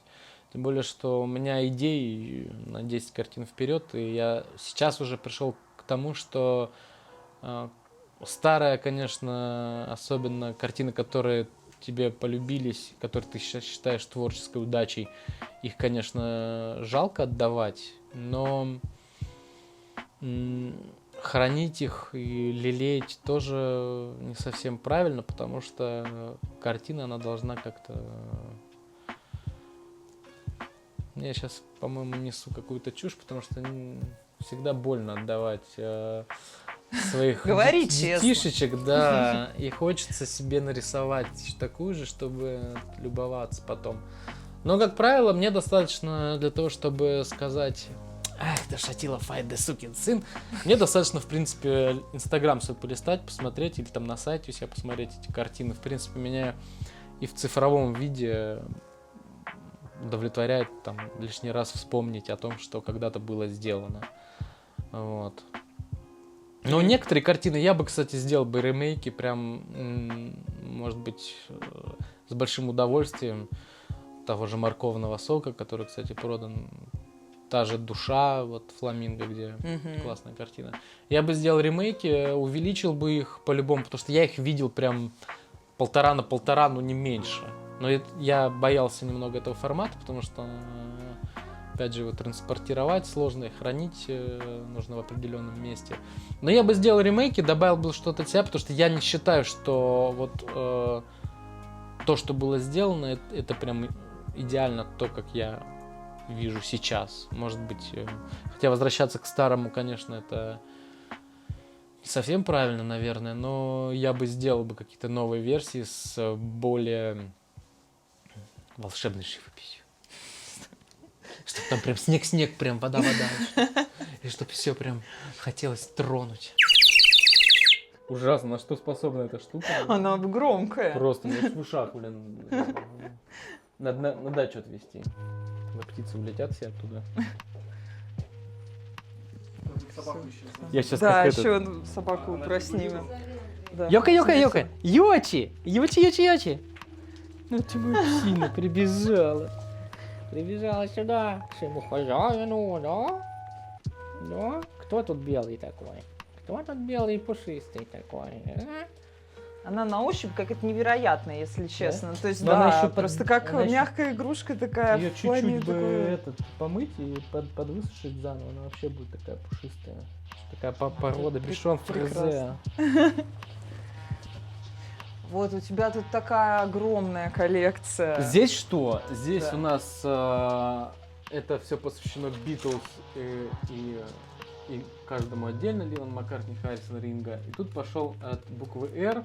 Продолжение, тут алфавит начинается, с западной музыки, там Абба, Аха, например, Black Keys, Beach Boys, Black Sabbath, пошел там, ну, все такие значимые артисты, типа новая волна The Cure, там, например, The Doors, классика, да, Дайана Росс, там немного здесь встречается такого попа, Элтон Джон, Genesis, Gorillaz, по алфавиту, в общем, здесь все выставлено, там Led Zeppelin, да, Cooks, Kings и так далее, Nirvana, Radiohead, все, ну, как бы вот все самое нормальное есть, то есть, да, на любой вкус практически, плюс-минус. Shocking Blue, и вот они по алфавиту все стоят, здесь саундтреки у меня, западные фильмы, там, Тарантино, там, Титаник, еще что-то. Здесь наши отечественные, вот даже есть такое, типа, вот «Ирония судьбы», или «Я на солнышке лежу», вот такая молота есть. Люблю такое все тоже послушать.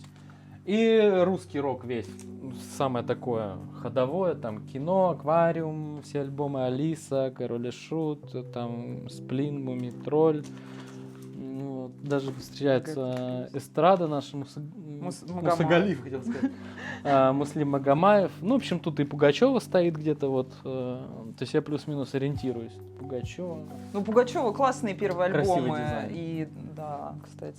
Ну вот да, ты же еще и дизайн заканчивал, поэтому дизайн обложек это отдельно. Да, я же хотел выучиться на это все. Но сейчас, кстати, вот ребята, знакомые, моя группа, выпустят альбом. Я постил в ВКонтакте, в Инсте. Выпустит альбом с моим дизайном полностью. Очень интересно себе в коллекцию заиметь эту пластинку. То есть как бы немного... я же делал обложку для сборника хитов этого Легалайза. И это портрет в журнальной газетной технике «Апарт». Его портрет такой, и он вроде как... Ну, на виниле он не выпустит, а в цифровом формате вышел. Да. Так что я немного гештальт в этом направлении закрыл. Объединяешь. Да, так вот джаза очень много и классика внизу. Я вот после того, как связал свою жизнь с Еленой, она на аккордеоне мне играет, и она очень много классической музыки знает и слушает. Я тоже пристрастился, и теперь могу отличить Скрябина от Чайковского. И вообще знаю такие имена, как Скрябин или там, например, Глазунов. не самые такие попсовые композиторы, да, у всех как-то Чайковский, Рахманинов. А тут я как бы в эту тему тоже немного погрузился, и сейчас даже больше классической музыки слушаю и стараюсь, даже чаще работаю под классику, ну, тоже не под всю, потому что есть некоторая классика, которая как фон вряд ли, то есть это надо сидеть и прям слушать, погружаться, да, в состояние, поэтому не совсем удачный выбор будет для какого-то, да, вдохновляющего фонового произведения. Но есть, конечно, какая-то музыка типа гитарной, классической музыки, она вот прям вообще легонечко такое лайтово заходит, и приятно под нее рисовать, потому что с годами, конечно, какие-то резкие звуки не отвлекают, то есть под ракешник я уже не работаю. Вообще, кстати, не понимаю людей, которые, знаешь, что в наушниках что-то там. Не понимаю, как они это делают. Я не осуждаю, не говорю, что это неправильно, я просто не понимаю, я не могу концентрироваться уже, может, это в силу...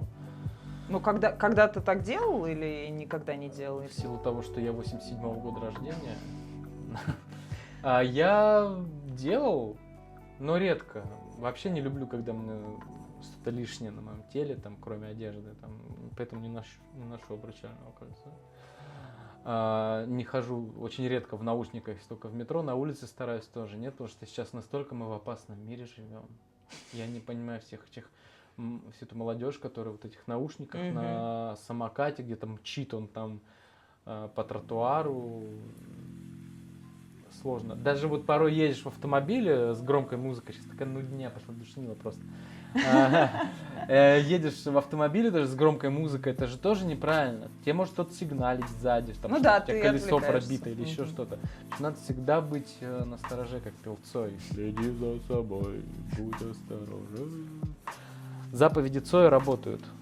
Поэтому это для тебя такое отдельное хобби, отдельный мир, по сути, да, в котором ты... Да, это, как бы сказали психологи, мой нереализованный комплекс в детстве, когда я был очень увлечен музыкой. Мама всегда, когда я просил новую пластинку, когда была возможность, когда они были, но не было возможности купить, мне их не покупали в том количестве, в котором я хотел. И, видимо, когда я сам уже стал зарабатывать что-то, я начал вот это компенсировать эту обделенность, как это часто бывает, вот в виде этой коллекции. Ну, сейчас я уже понимаю, что, наверное, все, что я хотел видеть в этом формате, я уже купил, поэтому сейчас даже, не знаю, как-то неинтересно, видимо, что-то новое придется искать. Ну, вообще считаю, что коллекционирование это, ну, не самая прикольная вещь. Ну, то есть, как бы... Почему? Я считаю, что это все от комплексов. Ну, то есть, на мой взгляд, вот это собирательство, вот это все, это не прикольно. Ну, на самом деле. Это очень сложно объяснить вот так сходу. Тут надо поразмышлять. Но мне кажется, что это какое-то, ну, такое... Это слово забыл. Ну, можно это вырезать, ладно, потом. Да нет, кстати, мне хочется продолжить, но ведь... Ага. Мне хочется просто продолжить такую идею. С одной стороны, я с тобой согласна, что, да, как бы собирательство – это определенная компенсация. Но с другой стороны, разве когда бы мы, допустим, когда бы люди не имели бы такой компенсации условно, создались ли прекрасные коллекции искусства, которые потом переданы музеям? Вот это тоже, это целое состояние, это какой-то срез исторического пласта в том числе. Ведь коллекции – это не только, если смотреть на это с точки зрения не личности изнутри, а вот еще и того, что это создает. Ведь тогда бы, если бы не было этой потребности в коллекционировании, очень многие вещи бы просто...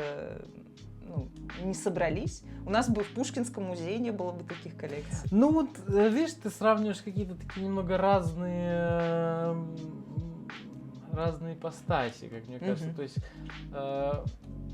понятное дело, видишь, что там какие-нибудь Третьяков, Морозов или другие, они все равно, они не все подряд собирали, во-вторых, и а у них немного другая миссия, ну, то есть более глобальная. То есть собирать там пластинки или книги, или марки там кто-то, это, конечно, ну, это личная заморочка просто отдельно взятого человека. Это либо, если он там одинокий останется, где-то потом будет, знаешь, как на блошиный рынок привезут, там по 10 рублей за штуку отдадут и все.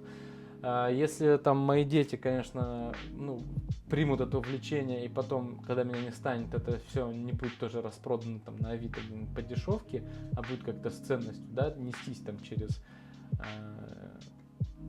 ну, поколение. Это другое, как бы, и то, ну, как бы, такое мещанство, не знаю. Но для меня это как бы определенные эмоции, которые вот во время приобретения ты их пережил. Потом, может быть, та же самая пластинка через год она тебя уже не будет так радовать. Ты подумаешь, ну, стоит на полке. Да, но с другой стороны, видишь, как будто бы я твоим адвокатом здесь Да-да. выступаю. Стремление к обладанию, наверное, здесь компенсируется то, что ты хотел бы чем-то обладать, ты не можешь купить это за деньги. Но ты можешь купить вот это за деньги, и ты это покупаешь, и тебе, может быть, дает какую-то компенсацию и маленькое такое сиюминутное счастье. Может быть, здесь это как-то вот Ну, так это, работает. наверное, во всех тогда покупках в нашей жизни. В какой-то степени мы покупаем эмоции, правильно? И мы покупаем обладание чем-либо. Иногда даже тем, мы хотим присоединиться к тому, чего у нас нет, возможно, через покупку. И покупку искусства в том числе, и приобретение. Вот я, например, как коллекционер искусства, маленький еще совсем коллекционер, но я покупаю художников, которые я понимаю, что я никогда не буду рисовать так, как они, меня восхищает это. И я как будто бы, да, через эту покупку присоединяюсь к этому. И я понимаю, что, возможно, для моих детей точно так же это не будет какой-то ценности, они, может быть, не поймут, не узнают и вообще это распродадут. Но хотелось бы, чтобы это было не так. Возможно, как раз мы закладываем эту ценность какого-то коллекционирования. Вот, опять же. Ну, да, не могу не согласиться. Но я вообще считаю, что обсуждение коллекции виниловых пластинок это... Вот книги. Меня восхищает, ну... Но нет, это все классно, потому что ведь не все, но многие экземпляры это произведение искусства. И Да? в плане содержания, и в плане упаковки, оформления, там, не знаю, ну, взять хотя бы, вот, но чем не искусство? Нет, а есть какие-то прям редкие экземпляры, которые... Вот редкий экземпляр, например, сейчас... Ну, во-первых, у меня есть, например, белый альбом Beatles 68 года. Тогда они выпустили пластинку. Ее фишка оформления была в том, что на ней ничего не было, кроме коллекционного номера индивидуального. Миллионному тиражу был каждому из этого экземпляров был присвоен свой номер. И вот самые дорогие экземпляры считаются те, у которых номер наименьший. Ну да, в общем, и у меня 254 373 копий. Ну да, из То есть, в миллиона. принципе, Да, из миллиона очень, как очень бы, это хорошо. довольно неплохой экземпляр. И можно послушать. Довольно, кстати, сносно звучит для старой пластинки. И опять же, не произведение для искусства так разворачивать, что такое минимализм. Так как мы берем, это идет типа как вкладка внутри конверта. А вот смотрите, какой минимализм, да? Да. Такие вот снаркоманившиеся, спившиеся битлы, вот четверть такие заросшие, с прекрасной совершенно музыкой. И ведь вряд ли, например, кто-то, из массового слушателя, там, да, из обывателей, знает Битлз вот с такой стороны.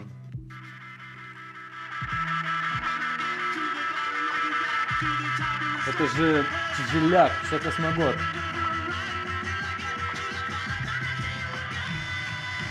Бас Да. какой.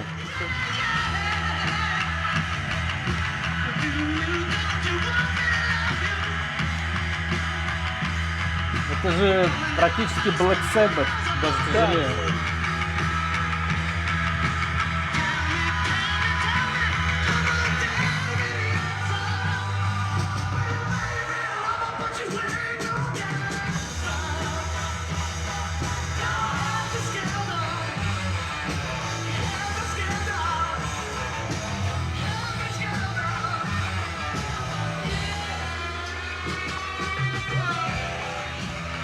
Вот Еще 4 года назад он пел Yesterday. А потом, да. 3 даже, а теперь вот. Вообще в 60-е на Западе очень стремительно развивалась вот эта массовая культура, поп-музыка в том числе. То есть считай, что играли Битлз в начале своего пути, это 63-й год, например, She Loves You, yeah, и что через 5 лет. Да, то есть это уже как другой жанр совершенно, то есть это какие гитары там, то есть или вот.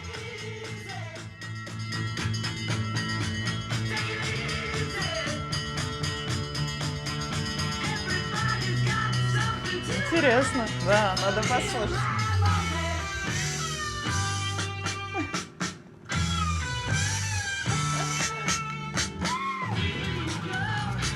Прикольная такая стилевая музыка, на самом деле. Да. 68-й год.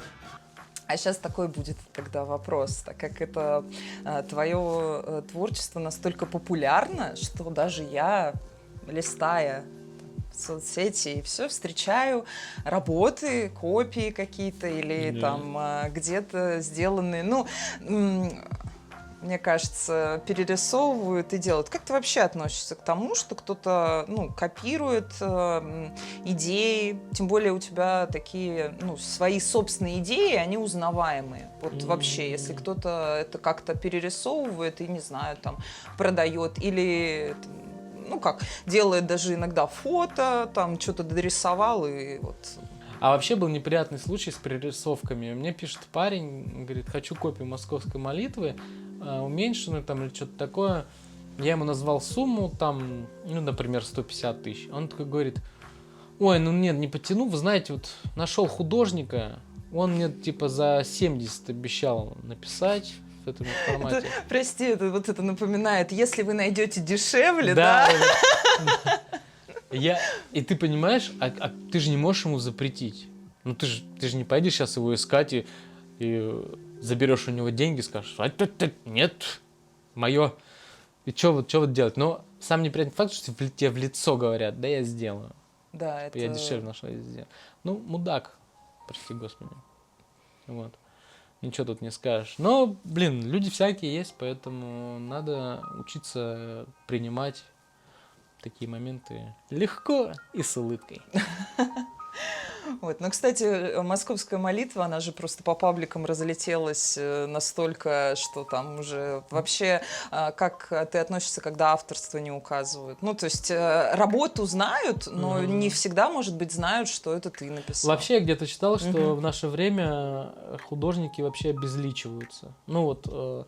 Персона художника уходит на второй план, потому что, ты выкладываешь картину в сеть, она вирусится, или не вирусится, если она вирусится, то становится популярной картина. Вот у меня так и на Арт-Раше было, и на других ярмарках, когда люди идут такие, о, картину знаю, но тебя-то не знают, потому что не все всегда подписывают. Да и кому ты вообще нужен? Ты же не Киркоров. Андрей Шатилов там сидит у себя в мастерской, что-то рисует, что он нигде не светится, там не пиарится грязью, там, не поливает никого, и сам как бы в грязи не марается. И поэтому персона художника, она немного в тени. Это какие-нибудь умершие классики, их личности культивируют, но и сами они были какими-то титанами просто личности. Там Репин, Врубель, я не знаю, там и биографии серьезные, и то, что они делали, было достаточно значимо, там какой-нибудь Куинджи. Кстати, Никос Сафронов тоже занимается очень хорошими делами, общественно значимыми, поэтому он тоже на слуху. Кстати, Никос Сафронов, наверное, один из немногих мастеров, кто реально публичен, он медийная личность, его знает каждая собака, простите. Но ты вообще считаешь, что это важно сейчас для художника? Я не знаю, какой выбор твой? Каждый сам выбирает. Мне бы хотелось быть чаще на публике где-то, потому что и есть что сказать, хотя, может, и не стоит. Лучше иногда помолчать. Но хочется. И я понимаю, что моя натура, я всегда хотел быть на сцене, потому что я не зря играл в группах там на барабанах. Мне близка сцена, близко взаимодействие с публикой, так или иначе я получаю удовольствие от коннекта. У тебя в галерее на творческой встрече мы очень хорошо провели время. Это полезно художнику, потому что когда ты проводишь 24/7 в 4 стенах перед холстом, такого рода вылазки, они полезны для разрядки эмоциональной. Ты напитываешься энергией, потому что когда ты наедине с холстом, и тебе лет не знать, ты пользуешься только своим ресурсом, а он должен ну, как-то заменяться другой энергией, то есть восполняться, да, потому что невозможно только из себя все время брать энергию, нужно, чтобы люди вокруг тебя напитывали ею. Поэтому вот очень жалко, что арт-ярмарки, которые проходят у нас в стране, очень редки и очень дорогие в плане участия для художников, потому что именно вот там ты получаешь неимоверный заряд этой энергии, общения много получаешь со своей аудиторией, что даже устаешь от этого очень быстро. Вот, поэтому вот художник вот очень важно. Тут ничего не скажешь. А публичность, да, ну у каждого своя, как бы, свое стремление. Там, у Никаса свое, там, у меня свое. Кто-то вообще, например, и двух слов связать не может. Художники творят такое, там, вау. Да, многие просто закрываются и говорят, я отдаю это, не знаю, арт-дилеру. Вот он этим занимается, вот у меня есть агент, а я хочу только творить. И тут новая тема разговора может всплыть, да, про подобного рода сотрудничество. И... Были ли у тебя такой опыт сотрудничества? Или, ну, там, я не вообще, знаю... на самом деле, с того момента, как вошел в мир, да, искусства, в мир свободного творчества некоего, у меня твердая была позиция, модель, что надо пристроиться к галерее. Я без них никто, ничто.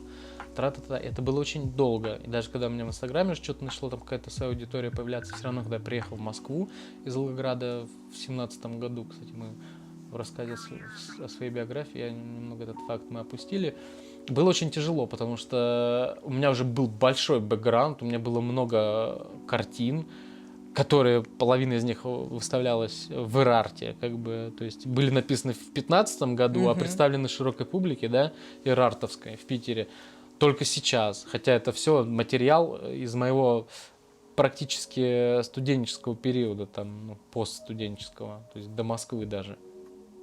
Вот. И я приходил с этим всем по галереям, понимая, что у меня, ну, есть техника, что у меня есть смысл в картинах, что у меня есть какая-то там оригинальность, плюс-минус. И я получал отказы, и я не понимал, что происходит. А мне один скажет, да это портреты плохо продаются, вы знаете, ну, что-нибудь такое там нейтральное, там абстракция, пейзаж, еще куда ни шло. Придешь в другую, говорят, ой, ну у вас как-то вот слишком радикально. Придешь в третью, тебе говорят, как-то слишком реалистично, красиво, ну, и ты понимаешь, что, блин, а что ж делать-то?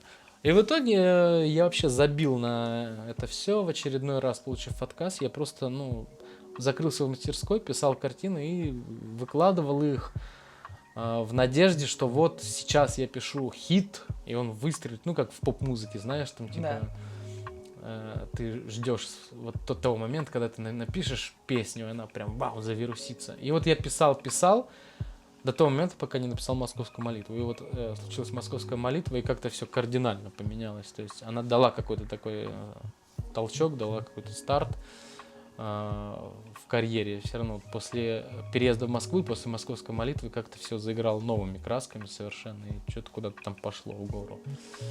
Вот, ну, как ты считаешь, вот сейчас в современном искусстве, ну, то есть в современном творчестве можно без галереи? Вообще, как у тебя этот путь? Мне кажется, что вообще не понимаю. Ну, не в обиду, у тебя как бы, да, есть галерея, но у тебя немного другой формат. Нет, я, безусловно, здесь не спрашиваю. Немного другой другой формат работы. Но, как мне кажется, что сейчас в эпоху доступности человека человеку галерея вообще практически, ну, может быть, не нужна. Но единственное, есть, конечно, тот факт, что когда богатый коллекционер хочет купить искусство, он же типа не всегда разбирается в искусстве. И ему тут нужны помощники, консультанты, которые...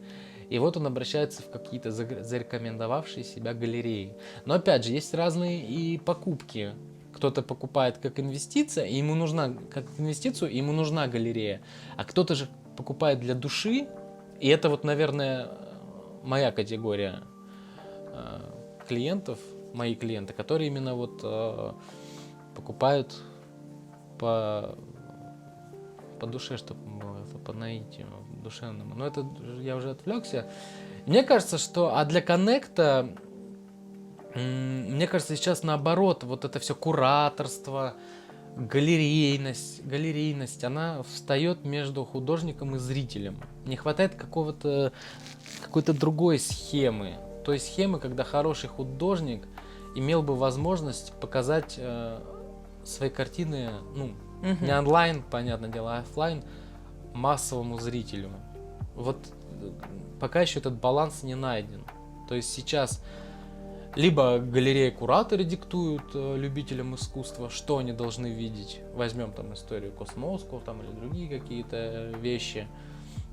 Либо художник, он сам не может там, да, позволить себе организовать где-то выставку. И его выйти на определенного рода коллекционеров, правильно? Да пусть даже не на коллекционеров, а хотя бы просто на зрителей. Ведь показаться широкой аудитории это уже какое-то счастье. Да? Там открытки напечатаешь, продашь 100 открыток, заработаешь там 1000 рублей, уже хорошо, там 10 тысяч.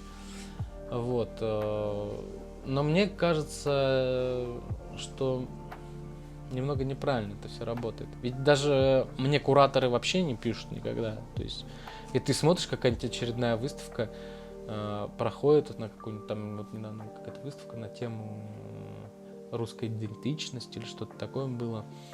Я смотрю, думаю, а я бы подошел, о чем мне не написали, так интересно, думаю, значит, недостаточно, может, известный, популярный, как-то странно. А может быть, все думают, что ты сам хорошо так, без продвижения, и ты уже настолько раскрученный, что уже сложно к тебе подступиться. Ты еще скажешь, нет, не пойду на вашу выставку. Да. Как красивые девчонки, которым хочется подкатить, в баре, но такой думаешь, ладно, по-любому, это ж она такая классная. А она сидит и думает, почему ко мне никто не подходит? Никто не знакомится, я так и умру в одиночестве. Это тоже есть, наверное. Моя тема.